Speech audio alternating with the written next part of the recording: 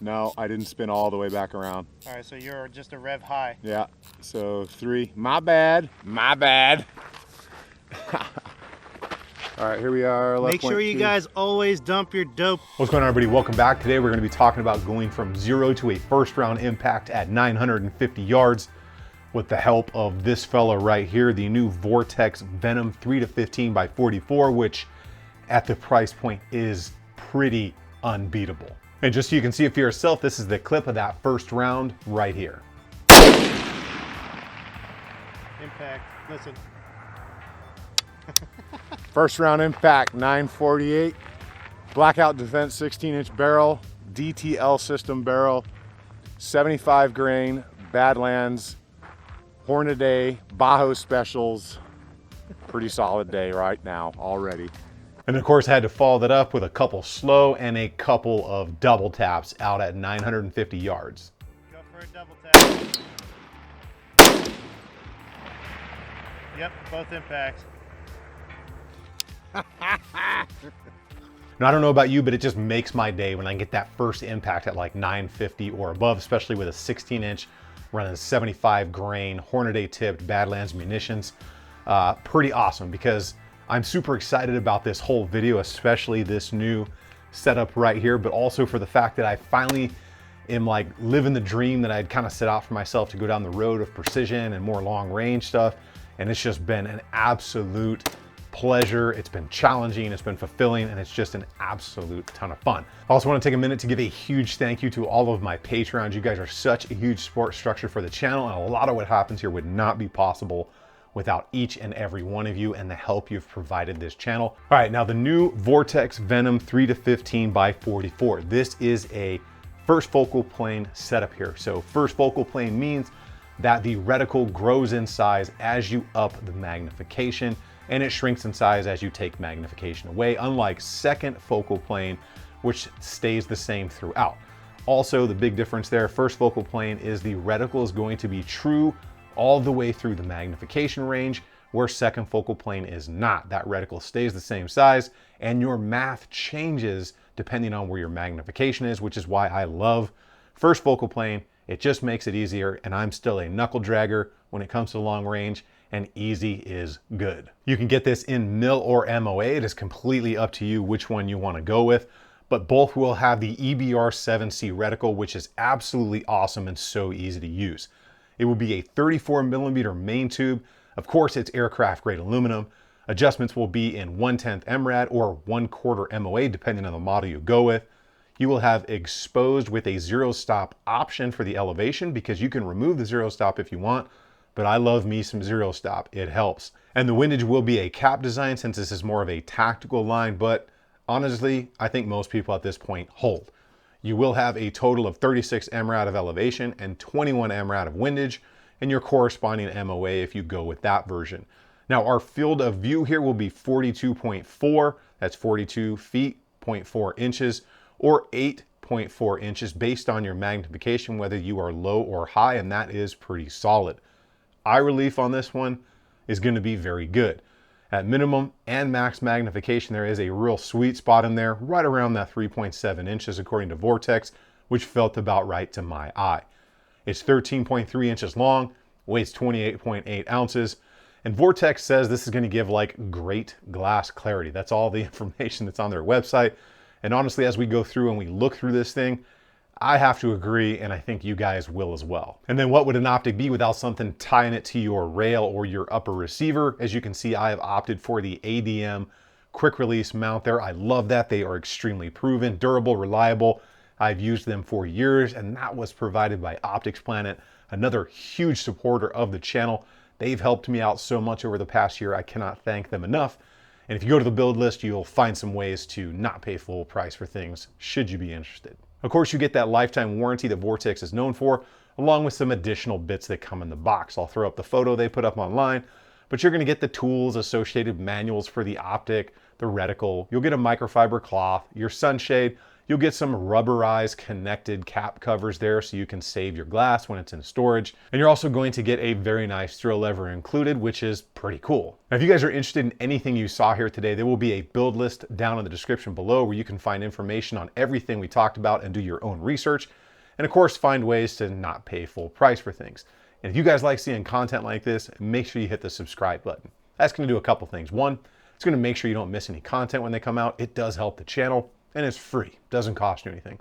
Also, it's gonna tell YouTube to push this video to other people, maybe some of which have never seen videos or content on stuff like this before, maybe help change some of their minds. So go ahead and hit the subscribe button. But remember, anytime it comes to a new optic like this or anything out there, the weak point is always us, me and you, because you've gotta do things right. You gotta get chronographed, you've gotta use good ammunition, you've got to get good data, right? Otherwise it's garbage in and garbage out when it comes to your ballistic application or calculator, whatever you're using out there. But if you don't give it good information, you're not gonna get good results downrange, especially when you start getting like 600, 800 and past 1,000. It's gonna cost you money and time, and it's gonna frustrate you. And then of course, you've got to know how to control yourself when you're out there trying to get those more precision shots at longer distances. But I'm really curious to know, how many times have you guys messed up the information you've put up in your ballistic calculator? Maybe it was the wrong velocity. Maybe you put in the wrong optic height and it was 2.5 inches and you put in 1.5, because that makes a huge difference downrange. I've personally done it a couple times, but you catch those things. It's a learning curve, but I'm curious to know what you first messed up on when it came to long range, and let me know in the comments. Now, I don't know about you, but when I get a new optic from a reputable manufacturer, I'm really looking for what I call the big three. First one being glass, because that's gonna have a huge determination on how effective you're gonna be, if you're gonna have a headache at the end of the day or a sore eye, because cheaper optics and cheaper glass can give you a headache when you're staring through it hour after hour and kind of make your eye sore. So that is massive. And second, are the adjustments true on the turrets? Because as you're dialing this thing everywhere and you go to return to zero, if it doesn't really go to return to zero, well, that's a problem. I mean, your reticle is not walking or drifting because your reticle is etched. Effectively, what's happening is your turrets and that carriage system is not going back to true zero, and that's not going to do you any good, especially when you get to longer distances. The third thing is going to be that reticle. Is it easy to use and is it effective? Because there are some out there that are crazy, like the Horus and the Tremors and stuff. Just so much information going on. I like a good solid Christmas tree that's very repeatable and very effective and easy to use, because again, I've got a long way to go when it comes to precision. So let's start with the glass on this one. We'll take a look through the trigger cam right here, and as you can see, this is looking really good. Now that water tank there on the mountain is 2,500 plus yards away. Even going in and out on this thing through the magnification realm, this thing is staying very clear.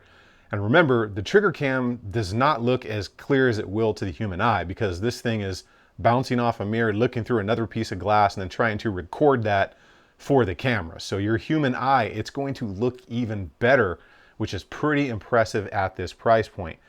Now, it's not Razor HD line ED glass, you know, $2,800 good, but it's pretty awesome, and it's extremely effective, hitting an 18-inch plate at 950 yards with no problem at all. And of course, that glass will have the Vortex mix of coatings on there for anti-fog, anti-scratch, and then all their light pass-through coatings on there just to make it a little bit better. Now, the adjustments on here, I know they are absolutely good to go because of how I'm testing all of these things now. Basically, I'll go out, I'll do my chronograph and my zero, and then I go immediately out to 950 or 1,000 yards, and then I true that rifle in. That is so I know that my zero is good. I'll make any minor adjustments when I true that thing for velocity. And then I come back into about 200, 250, double check everything, and then I start working the range. And that's gonna be everything from 400 back out to that 950 yards. And how I'm gonna run that is I will do 2 shots at each distance, slow, and then I will do double taps just to kind of have a little bit of fun. Now, I'm doing that because, one, it's helping me get used to the adjustments, the reticle, and it's ensuring that the ammo and the optic are performing as they should. And two, it's ensuring that the math that I have put into my ballistic calculator and all the information that I put in there is in fact the correct information. Things like sight height, velocity make a big difference in your ballistic calculator. Now, I did have a miss or two out there going from 400 to 950, but what I will say is That thing was very repeatable and very effective from 236 to 948 or 950 is what we'll round it up to. And doing those double taps out there in the winds in Arizona this time of year can be a little spicy when you're out at that 950 yards, but it's just a ton of fun to test your skill. But luckily I had a very good spotter with me that day, which again was my buddy Adrian from Sidewinder Concepts, who got plenty of time in on this rifle as well. And he was not only impressed with it, but he was extremely effective, much faster than me. And he did some pretty impressive stuff out there with this setup right here. Now the reticle on this one, it's absolutely solid. I've been a huge fan of this reticle since the first time I saw it, and I'm happy they brought it into this line. It's easy to use, it's not confusing to the eye, the math in there is simple, and it's repeatable, and it's in multiple of their optic lines. So if you already have Vortex stuff, it's gonna be the same reticle, and it's gonna be very easy for you to do and keep your same holds. Now let's talk about this tack driver of a rifle right here, because I might have cheated a little bit putting this on here because this thing is just amazing. So this is the new Blackout Defense dual taper lock barrel system in here, and this thing is sub MOA all day. It's literally like a cheat code. I'm a huge fan of Blackout Defense. I love their stuff, but their barrels and the precision I'm getting out of them, especially mixed with that 75 grain Hornady tipped match ammunition from Badlands, that stuff was amazing. When I chronographed that ammo with multiple shots, I think it was like 7 or something, the deviation between was an average of like 2.4. That is exceptional for ammunition, and that is a huge help for repeatability, especially when you're sending a 75 grain round 950 yards in a little bit of a windy Arizona day. And of course, all that stuff will be at the build list, so you can do all of your own research and of course find ways to not pay full price. But let's take a minute to give it up for the new AB Raptor suppressor right there, which has a pretty interesting design. I'm sure the comment section is gonna go wild for that one. But I will be testing that on several different setups, but it's just smooth because of the way it sleeves over the barrel, kind of like the old Ops Inc stuff in the early GWAT. But it is absolutely an awesome can to run out there on the range. I do have a few favorite elements when it comes to the new Venom 3-15, the first one being price point for performance. I've seen this thing out there for 359 bucks. That is a lot of glass for the money, and dare I say, pretty unbeatable pound for pound, click for click right now out there in the market. With everything that I've been testing, this thing is at a true sweet spot. Next up is going to be that zero stop. You can have it in or you cannot have it in.